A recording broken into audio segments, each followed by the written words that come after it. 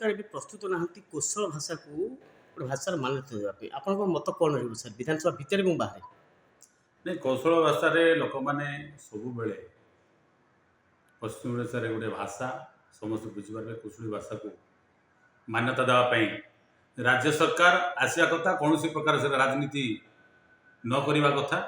आप देखिए कोरापुट जिले में आम देशिया भाषा अच्छी से कौशली भाषा अच्छी ये भाषा को आप जानते भारत सरकार अष्टम अनुच्छेद भाषा को सामिल करने मान्यता पाइबापी राज्य सरकार रेकमेंड करेंगे कि डबल इंजन सरकार जो राजनीति कर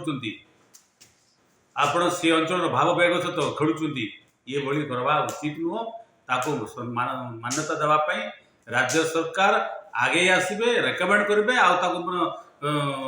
राज्य केंद्र सरकार अनुमोदन नहीं जे जो भाषा पाई से अंचल प्रति सम्मान देवे से सुरक्षित करने राज्य सरकार आगे आसा दरकार लोकंर आंचलिक भाव बेग सहित न खेलतु मोर अंचल आम गोटे देशिया भाषा को से अंचल मत मान्यता पाइबा दरकार किंतु कौशली कौशली अंचल कौशली भाषा को राज्य सरकार आगे आसवा कि अनेक भाषा अच्छी